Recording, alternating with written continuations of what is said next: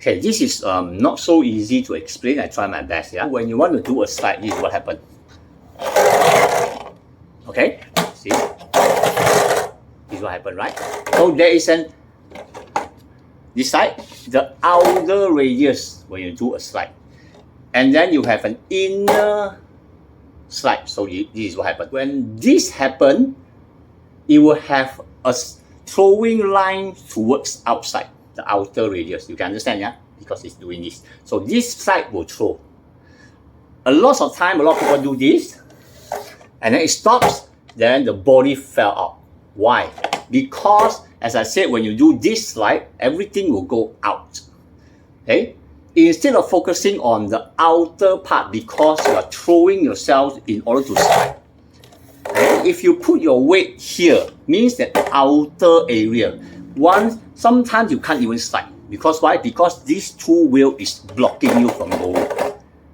Okay? What you should do is you should put your weight and the focus on the inner side. See, this is the radius, yeah? The inner side, this part. So what happens is, this will happen. And then your weight is still here. So you won't be falling on this side. You know what I mean, right? Okay? Of course, if you lift too much up, this is what will be happening. What you want is slightly slant, put the weight on the inside of the radius. If you are doing a bigger slide, same, put more on the front part, not too front, yeah.